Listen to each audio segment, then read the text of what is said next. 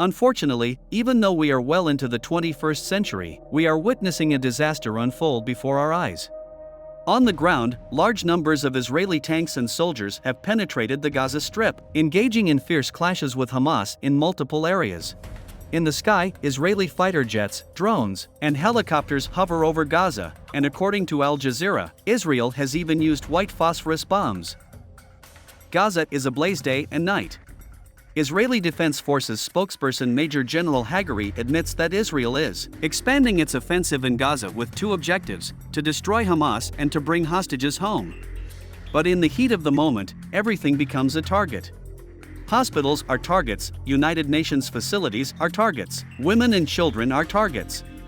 In this video, we will focus on the recent, intensifying Israel-Palestine conflict and discuss the following. Why is Israel daring to sanction the United Nations? The United Nations response. China's stance. And most importantly, what is the best solution to the Israel-Palestine conflict?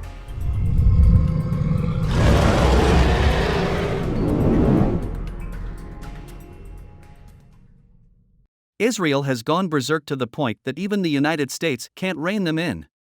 On October 24, at the United Nations Security Council, in the presence of numerous foreign ministers, including the United States and Israel, UN Secretary-General Guterres expressed his deep concern and once again called for an immediate humanitarian ceasefire. Gaza is now suffering from a lack of water, electricity, food, and even shrouds for the dead. Over the past 10 days, the Israel-Palestine conflict has led to over 8,000 deaths on both sides, with over 2,000 children in the Gaza Strip among the casualties. It's a true humanitarian tragedy. Guterres seems to have reached a breaking point, urging an immediate ceasefire, the release of hostages, and assistance to civilians. However, Israel responded with fury, demanding Guterres' immediate resignation, profound self-reflection, and an apology. All because Guterres made the rare statement that Hamas attacks did not come out of thin air. The Palestinian people have suffered from a suffocating occupation for 56 years. Israel accused him of supporting Hamas' violent actions, sympathizing with terrorists, and showing bias against Israel. Furthermore, they cancelled their meeting with Guterres and refused to grant visas to UN officials, effectively saying, "We don't want to see you anymore." It's unprecedented. Now, it's not the United Nations sanctioning Israel, it's Israel sanctioning the United Nations. Israel has reached a point of madness where they demand the UN Secretary-General's resignation, openly threaten to raise the UN headquarters, and threaten the lives of numerous UN staff. Unbelievable events continue to unfold. The United Nations Security Council has proposed 4 draft resolutions regarding the Israel-Palestine situation, all of which were vetoed. The first was a resolution by Russia, opposed by the United States, the United Kingdom, France, and Japan. It said that the reason for opposition was the absence of condemnation for Hamas. The second, put forth by Brazil, condemned all acts of violence against civilians, including the heinous terrorist attacks by Hamas on Israel, and called for a temporary humanitarian ceasefire. China, France, and 12 other countries were in favor. The United Kingdom and Russia abstained, but the United States cast a veto. Surprisingly, the reason for the veto was the perceived lack of emphasis on Israel's right to self-defense. The third resolution, proposed by the United States, omitted any mention of a ceasefire, emphasized Israel's right to self-defense, and demanded that Iran stop supplying weapons to Hamas. It appeared to be driven by American self-interest and agenda.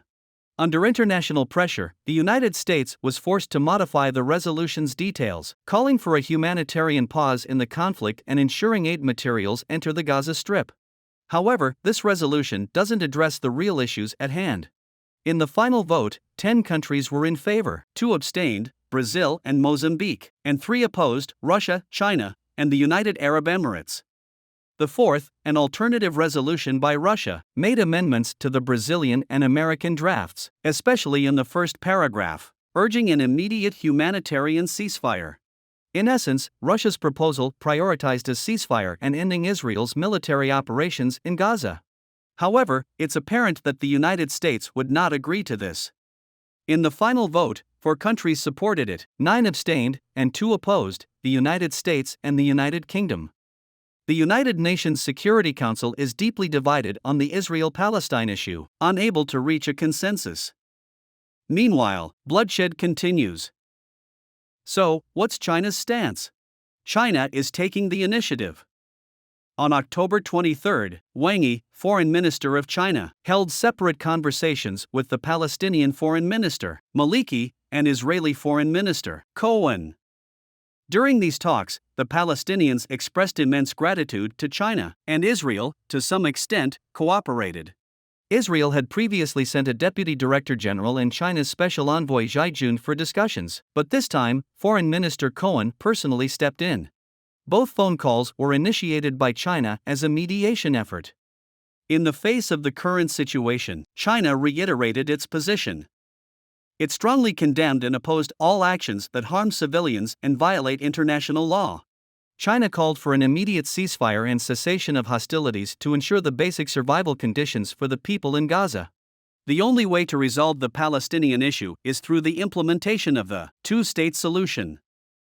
China called for the swift convening of a more authoritative, extensive, and effective international conference to push for a speedy resumption of negotiations between Israelis and Palestinians, along with the development of a specific timetable and roadmap. China hopes that Israel, considering its long-term interests in peace and security for the present and future generations, will return to the right track of the two-state solution as soon as possible, resume negotiations, achieve peaceful coexistence between Israelis and Palestinians, and ensure harmony between the two nations, Arab and Jewish. On the 24th, Chinese Representative Zhang Jun also stated during an open debate at the Security Council that making a comprehensive Israel-Palestine ceasefire a top priority is crucial, emphasizing that the Security Council must demand an immediate ceasefire in clear and unequivocal terms. From sending a special envoy to mediate in the Middle East, making calls to the Palestinian and Israeli foreign ministers, and calling for a ceasefire at the United Nations Security Council, to providing urgent humanitarian assistance like food and medicine to the Gaza Strip. China has been tirelessly working for a ceasefire and advocating for peace. This is China's stance. China's proposal is also the best solution to the Israel-Palestine conflict. Unlike the US, which is bolstering its military presence with aircraft carriers and fighter jets for deterrence, China is actively promoting dialogue between the parties and supporting the two-state solution. This solution envisions the restoration of borders to the range defined by the 1967 United Nations resolutions, facilitating peaceful coexistence between Palestine and Israel and harmony between the two major ethnic groups, Arab and Jewish. Only when the two-state solution is fully realized can the Middle East truly welcome real peace. It may seem that China is siding with Palestine, but it's actually looking at everyone's future from a longer-term perspective. True security for Israel and legitimate territorial status can only be achieved through a consensus and resolution with the Palestinians. Otherwise, with Israel's current aggressive posture toward the Middle East, as the United States wanes, will Israel be able to maintain its presence in the region? Who will come to Israel's aid then? The Chinese proposal is the only solution to the Israel-Palestine issue. If Israel ignores this advice and continues on its own path, it will be heading towards disaster. Simultaneously, it's a crisis for the United States and an opportunity for China. In March of this year, with China's mediation, Saudi Arabia and Iran restored diplomatic ties, setting off a wave of reconciliation in the Middle East. Turkey and Egypt agreed to quickly mend their diplomatic relations, while Syria and Saudi Arabia also normalized their ties. On October 9, Iran and Sudan, longtime rivals, announced the restoration of their diplomatic relations. All of this has been made possible through China's efforts behind the scenes. Compared to the multiple conflicts the U.S. has ignited in the Middle East, China's peace proposal is gaining more widespread acceptance. China's Belt and Road Initiative, driving economic development in middle and low-income countries, serves as a contemporary example of mutual benefit and win-win cooperation.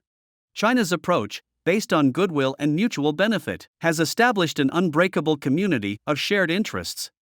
Mediating the Israel-Palestine conflict, only China has the potential to make such an impact, and only China's proposal can resolve the actual problems. Now is a tremendous strategic opportunity for China. The U.S. has three major leverage points in the world: NATO, Japan, Korea, and Israel in the Middle East.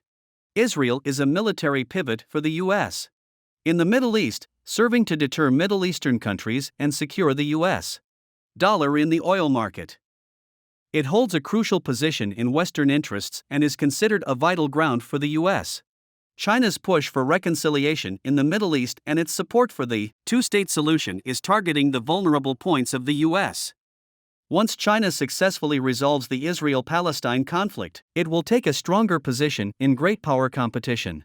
China's circle of friends will expand, its international influence will rise rapidly, and the U.S.'s influence in the Middle East will be severely diminished. In the future, the U.S. is likely to be pushed out of the Middle East, the petrodollar system may crumble, and U.S. hegemony that began in the Middle East may come to an end. Peace and development are the trends of the times, and what people aspire to. Time is on our side. As long as China maintains its strategic resolve and the peaceful process, we can achieve a resolution without warfare. This is the end of this video. Thank you for watching. Please like, subscribe, and comment. We genuinely appreciate your support.